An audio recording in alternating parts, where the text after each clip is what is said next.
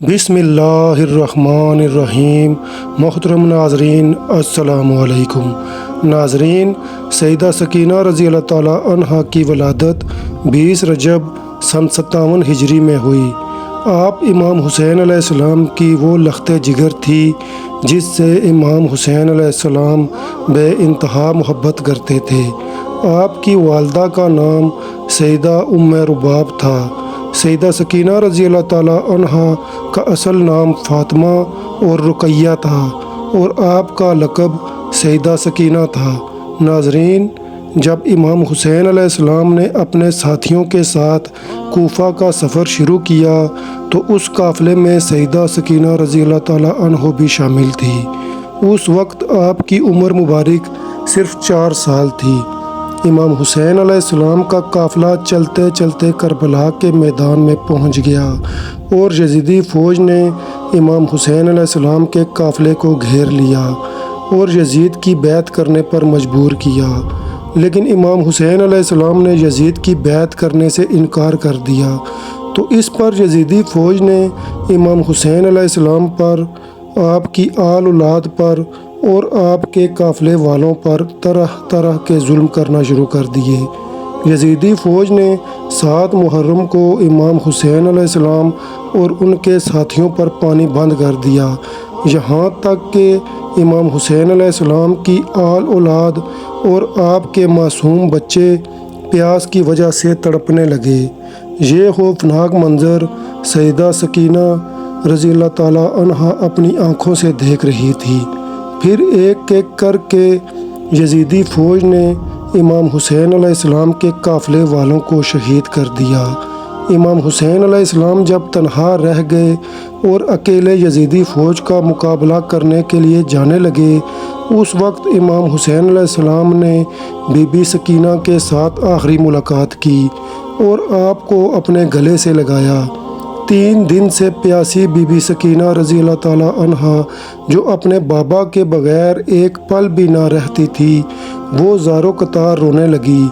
امام حسین علیہ السلام نے بی بی سکینہ کو پیار کیا اور ذوالجناح پر سوار ہو کر جنگ کے میدان میں جانے لگے تو آپ نے دیکھا کہ ذوالجناح آگے نہیں بڑھ رہا۔ امام حسین علیہ السلام نے دیکھا کہ سیدہ سکینہ رضی اللہ تعالیٰ عنہ نے ذوالجناح کے دونوں پاؤں پکڑے ہوئے ہیں اور زاروں قطار رو رہی ہیں۔ چنانچہ امام حسین علیہ السلام ذوالجناح سے نیچے اترے اور بی بی سکینہ کو اٹھا کر اپنے سینے سے لگا لیا اور ان کے ہاتھوں کو چوما۔ پھر امام حسین علیہ السلام میدان جنگ کی طرف بڑھے اور یزیدی فوج کا مقابلہ کرنے لگے اور ایک ایک کر کے یزیدیوں کو جہنم واصل کرنے لگے۔ جب یزیدی فوج نے دیکھا کہ امام حسین علیہ السلام کا اس طرح مقابلہ نہیں کیا جا سکتا، چنانچہ یزیدیوں نے فیصلہ کیا کہ امام حسین علیہ السلام پر دور سے کھڑے ہو کر ایک ساتھ تیروں سے وار کیا جائے۔ پھر یزیدیوں نے دور سے ہی امام حسین علیہ السلام پر تیروں کی برسات کی اور وہ تیر امام حسین علیہ السلام کے جسم مبارک پر آ لگے اور امام حسین علیہ السلام کا جسم مبارک خون سے بھر گیا۔ پھر عصر کا وقت ہوا، امام حسین علیہ السلام نماز پڑھنے کے لیے گئے۔ جب آپ سجدے میں گئے تو شمر ملعون نے آپ علیہ السلام کی گردن پر تلوار سے وار کیا اور آپ علیہ السلام کی گردن کو جسم سے جدا کر دیا۔ ادھر سیدہ سکینہ رضی اللہ تعالیٰ عنہ اپنے بابا کو شہید ہوتے ہوئے اپنی ننھی آنکھوں سے دیکھ رہی تھیں اور زاروں قطار رو رہی تھیں۔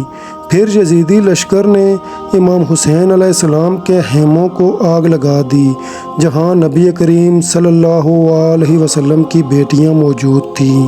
سیدہ سکینہ رضی اللہ تعالیٰ عنہ کی قمیض کے دامن میں آگ لگ گئی اور آپ روتے ہوئے خیمے سے باہر آ گئیں۔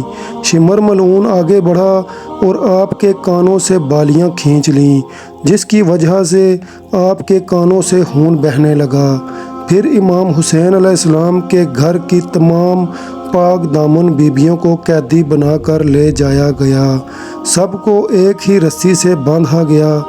چونکہ سیدہ سکینہ 4 سال کی معصوم بچی تھیں، لہٰذا اس رسی کے ساتھ آپ کا گلا باندھا گیا۔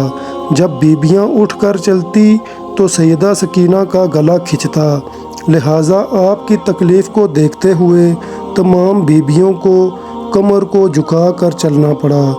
اس سفر کے دوران سیدہ سکینہ پر طرح طرح کے ظلم و ستم کیے گئے۔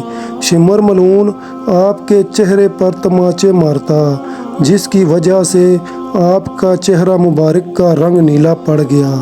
جب یہ قافلہ شام کے بازار میں پہنچا تو شام کے لوگوں نے پاک دامن بیبیوں پر پتھر برسائے۔